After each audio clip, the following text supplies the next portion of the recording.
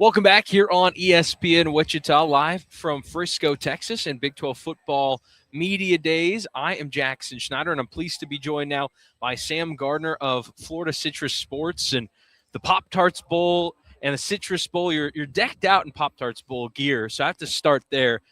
Take me through this bowl game that has grown exponentially over the last few years, Sam, and especially as kind of a social media and pop culture phenomena because you're sacrificing baked We are goods. we are sacrificing baked goods. That's part of the shtick. Yeah, Pop Tarts Bowl has been so much fun over the past several years. The game itself has existed in some form since 1990. It was the Blockbuster Bowl back in the day, but the last 3 years under Pop Tarts has really kind of, I don't know, unlocked a new opportunity, a new game day experience, and clearly people are taking to it. It's the between the mascots and the toastings and the trophy and the sprinkles on the sidelines and the sprinkles on the helmets. It's like this endless opportunity, and we keep leaning into it. Absolutely, and the Big 12 has leaned heavy into it as well. Being a partner of the conference to bring teams in for that bowl game, and you've seen K-State, Iowa State, and a couple of others be big parts of the Pop-Tart Bowl. How do you feel like the relationship with the Big 12 has kind of helped both sides there, your bowl game as well as the conference, continue to grow? Oh yeah, it's incredible. I mean, the last BYU's on a 3-game, or I should say the Big 12 is on a 3-game winning streak in the Pop-Tarts Bowl with BYU's win last year. So you had BYU won the game last year, you had Iowa State the year before, K-State, of course, the year before that. And it's, all the feedback is amazing. When we talk with the teams, when we talk with the partners, the conference, it's clearly a destination that their teams enjoy a lot. We love having the partnership. We love having these top Big 12 teams that get to come to Orlando every year. And clearly the product on the field is incredible. They come down, they show up to play the game. And then in recent history, they've been showing up to win the game and have been doing exactly that. Absolutely. Now, you have a lot of other reaches outside of just the Pop-Tarts Bowl, like we mentioned with the Citrus Bowl. And I've also learned about your connection with the sport of soccer and some international friendlies that brought soccer to kind of college campuses, right? So tell me a little bit more about kind of especially with the World Cup going on right now, kind of that venture and how you guys continue to grow there. Sure, yeah, I saw they had the whole World Cup soccer field set up out in front of the Star here this morning. Soccer has been this really cool evolution for Florida Citrus Sports over the last 4 or 5 years at this point now.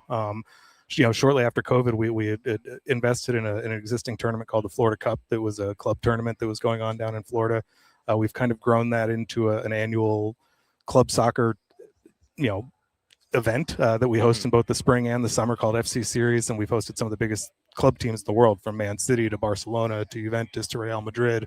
The list goes on, and they're all making stops in Orlando. So that all of that work kind of led itself to the Road to 26, which was FCS's soccer product along with Unified Events, and we hosted 10 soccer friendlies going up to the leading up to the start of the World Cup, including some of the top teams in the world, even Argentina, the number 1 team in the world, the defending World Cup champions. We hosted them at both Texas A&M and at Auburn. We've hosted soccer matches over not in Road to 26. We've also hosted matches at Ohio State. We've hosted matches at Notre Dame.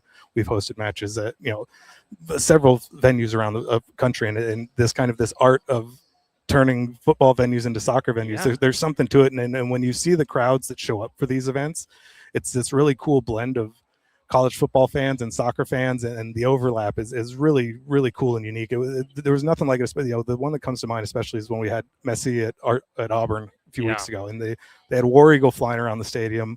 And you had all these normal traditions that the Auburn fans expect, and to see the way that the Argentina fans and even the Iceland fans embraced it was really, really cool. Oh my gosh. Yeah, I saw clips of that, and they were kind of showing like the whole crowd and the eagle flying around like that. That's just a scene you don't get in a typical soccer setting, I don't feel like, but it's unique in its own way. But like you mentioned, the overlap is there, and obviously the growth is there from like a fan standpoint here in the United States, and with the World Cup being hosted here, I felt like that's such a unique opportunity for you and Florida Citrus Sports to kind of help amp up the growth of the sport of soccer even. Yeah, it is. And it's one of those things that it was kind of born of this idea of wanting to bring events to Orlando and making sure that we had premier soccer and premier events in our stadium at Camping World Stadium throughout the year and year over year.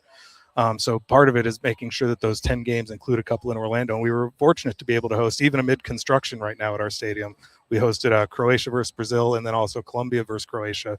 And of course, Colombia, they play later today. They're still in the World Cup and are a threat to maybe win it all. So it's to see matches like that coming to Orlando, and then to be able to put on 8 or 10 matches around the country in other venues. It's not something I don't think people realize the Pop-Tarts Bowl people are doing, or the Citrus Bowl people. But it's a cool part of our business that's really caught fire lately. Again, we're visiting with Sam Gardner of Florida Citrus Sports, and talking about the bowl game side of things. College football is an ever evolving landscape right now, and there's potentially additions to the college football playoff, right? And I feel like the Citrus Bowl has especially positioned itself to maybe be in position to become a bigger part of that playoff in the future. Could you explain to us kind of the work that you guys are doing to make sure you guys are just in the right spot should that expansion continue? Yeah, you phrased that really well. I think that if the opportunity presents itself, we want it to be a no-brainer that Orlando is the answer, whether that's through the Citrus Bowl, the Pop-Tarts Bowl, both.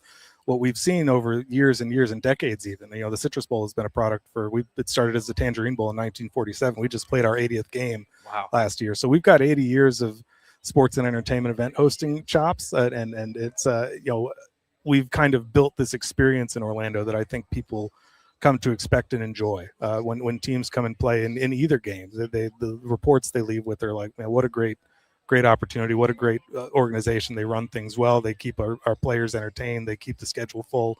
You don't have to twist people's arm to get them to come to Orlando. So if you could possibly make that part of the CFP through expansion, like we would be, we would be the first people signing up. It's the hope is that if there is some opportunity that they look at Orlando as a solution. And I think that for 80 years now, we've been putting our best foot forward, trying to make that an easy pick for them. Oh, certainly. And I have to ask about the sacrificing of the Pop-Tarts, because bowl games are fun and they're unique, and you need fun traditions and things like that. But where did that idea come from for the Pop-Tarts Bowl to, hey, let's put somebody in a Pop-Tart suit and let's cook them and eat them right there with our champion? I wish I could tell you like where the original idea came from, but everything has kind of been a huge team effort between Florida Citrus Sports and our title partners at Pop-Tarts through Kellanova, which Kellanova is now owned by Mars. Even all the way up the chain there, you have to get buy-in on these sorts of outrageous stunts, if you want to call it that. And we've been fortunate that we've had this kind of proof of performance over the years that people are really leaning into it. We had almost 9 million people watch Pop-Tarts Bowl last year, and in large part maybe because they wanted to see who got toasted at the end. So it's a huge collaborative effort. It usually starts in a boardroom the summer before, kind of throwing things at the wall and seeing what sticks.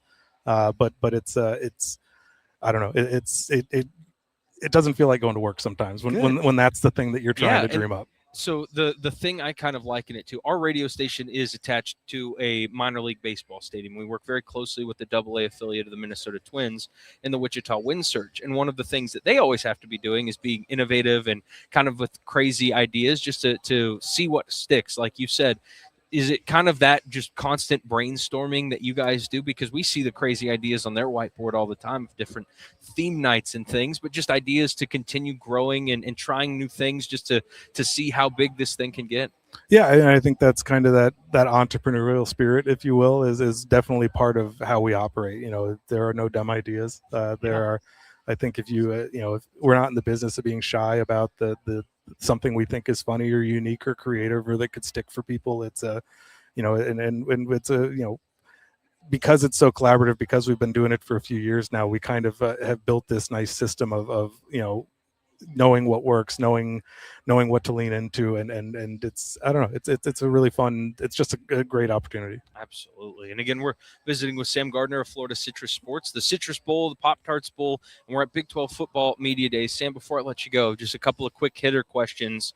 First, and probably most important, what is your favorite kind of Pop-Tart? My favorite kind of Pop-Tart is s'mores Pop-Tart. I was growing up in high school, I would eat a s'mores Pop-Tart on the way to school pretty much every day. So I still am loyal to that flavor. I like it. Now, do you have a college football team? Are you a Big 12 guy? Who's the team that your allegiance is in terms of college football? I went to UCF. I'm from Orlando, so I guess I still have a soft spot for them. It's I worked for a long time as a sports reporter, so I think that kind of like beat the fanhood out of me for a little bit. But it's at the end of the day, my alma mater is who I lean into, and we'd love to have them in Pop-Tarts Bowl at some point. Yeah, absolutely. Got to get space. You get a space Pop-Tart involved. That'd be a blast. And finally, is there one big thing we need to know about the Pop-Tarts Bowl or the Citrus Bowl for this coming season? One big thing we need to know about them.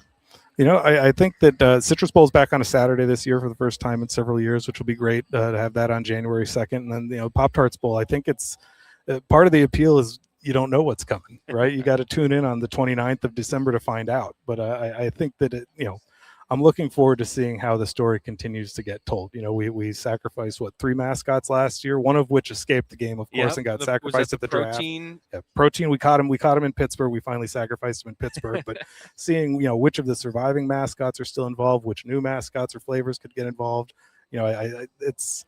You're going to want to watch. And I think the beauty of it is when you're dealing with Pop-Tarts mascots, especially, we don't know what's going to happen either. So once they show up and take the field, all bets are off. Awesome. Sam, thank you so much for the time today. Really appreciate it, and can't wait to watch your bowl games this winter. Oh, thank you. I appreciate you having me. Absolutely. Sam Gardner of the Pop-Tarts Bowl, the Citrus Bowl, Florida Citrus Sports. I'm Jackson Schneider, and you are listening to ESPN Wichita 92.3 FM.